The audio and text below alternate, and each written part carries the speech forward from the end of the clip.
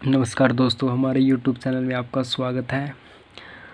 आज पढ़ेंगे आप रियल नंबर 10th क्लास का फर्स्ट चैप्टर है ये। ठीक है, इसमें हम सिर्फ 1.1 का बेसिक करेंगे। बेसिक के बाद ही हम एक्सरसाइज पर चलेंगे। देखिएगा, चैप्टर का नाम है रियल नंबर। पहले तो हमें ये पता होना चाहिए रियल नंबर होते क्या है। हिंदी में से वास्तविक संख्या कहते हैं। रियल नंबर है जो ये रेशनल और इरेशनल नंबर का कम्बिनेशन होता है। रेशनल नंबर और इरेशनल नंबर इन दोनों का कम्बिनेशन ही रियल नंबर कहलाता है। अब हमें ये पता होना चाहिए रेशनल और इरेशनल क्या होता है। जो रेशनल नंबर वो होते हैं जिसे हम p/q की फॉर्म में लिख सकते हैं। ठीक है दोस्तों, और q 0 नहीं होना चाहिए। ठीक है, या हम इसकी डेफिनेशन भी लिख सकते हैं, आइदर टर्मिनल या टर्मिनेट और रिपीटिंग। ठीक है दोस्तों, जिसे हम p/q की फॉर्म में लिख सकते हैं वो हमारा रेशनल नंबर होता है। ठीक है दोस्तों, एग्जाम्पल के लिए देखिए, अगर मैं लिखूं 1/5 और इसे मैं डिवाइड करूं तो क्या है, इसको मैं डिवाइड करता हूं 5 से। ठीक है दोस्तों, तो 0.2। ठीक है, वो कितना आया 0.2। ये देखो, ये क्या टर्मिनल बन गया, क्योंकि देखो शेषफल कितना है, रिमाइंडर 0 बच गया। ठीक है, इसलिए मैंने लिखा है जो टर्मिनल हो जाए। रिपीटिंग का मतलब क्या है, अगर मैं लिखूं 2/3, अगर मैं इसको डिवाइड करूंगा तो क्या बनेगा 0.666। ये रिपीट होता चलेगा। ठीक है, ऐसा नंबर जो टर्मिनल हो जाए या फिर रिपीटिंग, ठीक है दोस्तों, उसे ही हम रेशनल नंबर कहेंगे।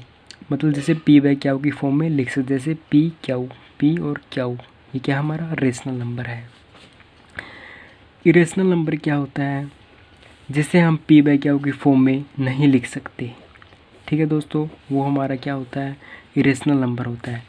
एग्जाम्पल के लिए मैं लिखूं √3, √5, √7, ये सारे हमारे इरेशनल नंबर होते हैं। अगर हम इसकी डेफिनेशन लिखें, इसकी डेफिनेशन नाइदर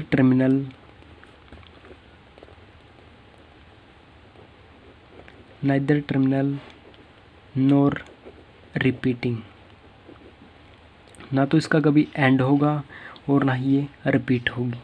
ये हमारे क्या है, इरेशनल नंबर है। ठीक है दोस्तों, जो 1.1 में जो हमें निकालना है, एक हमें पता होना चाहिए कि HCF क्या होता है। ठीक है दोस्तों, HCF की फुल फॉर्म होती है highest common factor.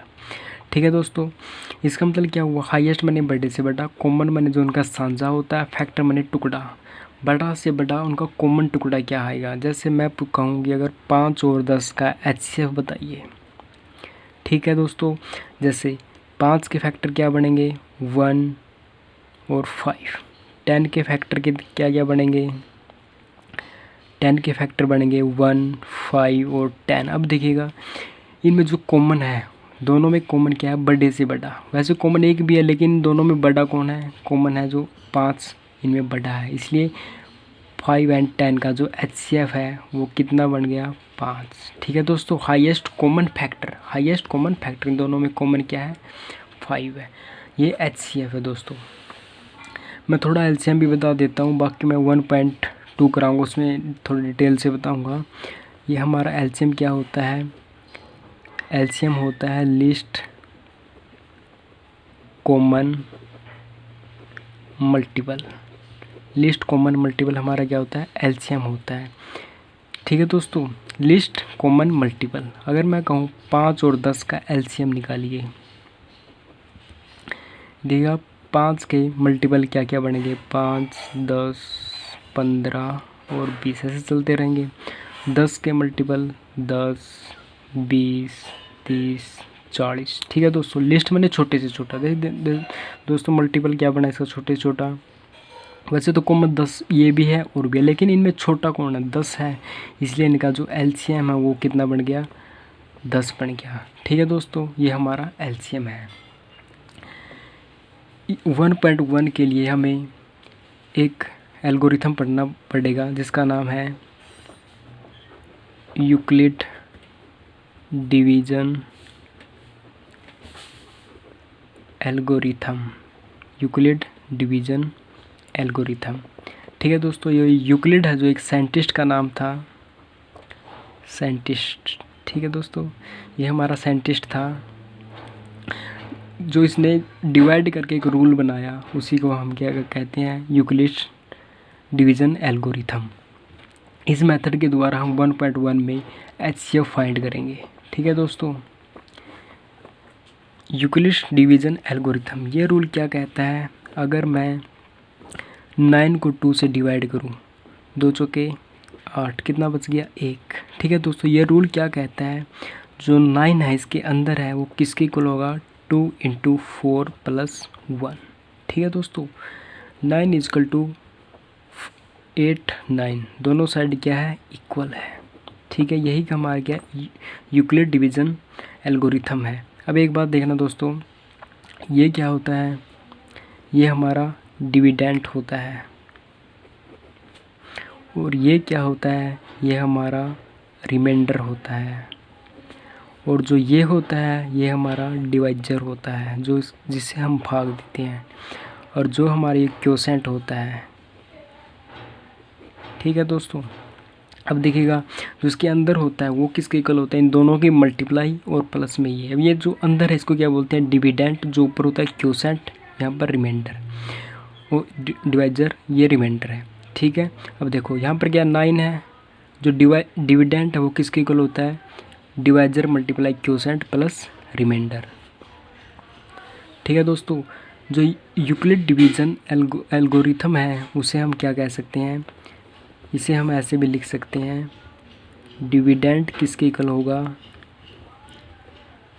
Divisor multiply quotient plus remainder. ठीक है दोस्तों, ये क्या है, हमारा यूक्लिड डिवीज़न एल्गोरिथम है। अगर मैं कुछ और नोटेशन अगर मैं लिखूं, ए से मैं बी को डिवाइड करता हूँ और मान लेता हूँ क्वोशेंट क्या हुआ है और रिमाइंडर हमारा आर बचता है। ठीक है दोस्तों, तो मैं देखिए ये क्या है, हमारा डिविडेंट है, डिविडेंट डिवाइजर और क्वोशेंट की मल्टीप्लाई प्लस में रिमाइंडर प्लस में आर।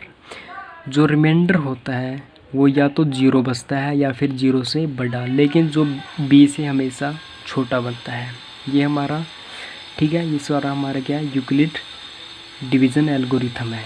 ठीक है दोस्तों, याद रखना 9 इसकी ये किसके इक्वल होगा, इन दोनों की मल्टीप्लाई प्लस में 1। ये क्या है, डिविडेंट, ये डिवाइजर क्वोशेंट रिमाइंडर। मतलब जो डिविडेंट है वो किसके इक्वल होगा, डिवाइजर और क्वोशेंट की मल्टीप्लाई प्लस में रिमाइंडर। ये हमारा क्या है, यूक्लिड डिवीज़न एल्गोरिथम है। बस इसके लिए इतना ही काफ़ी है दोस्तों।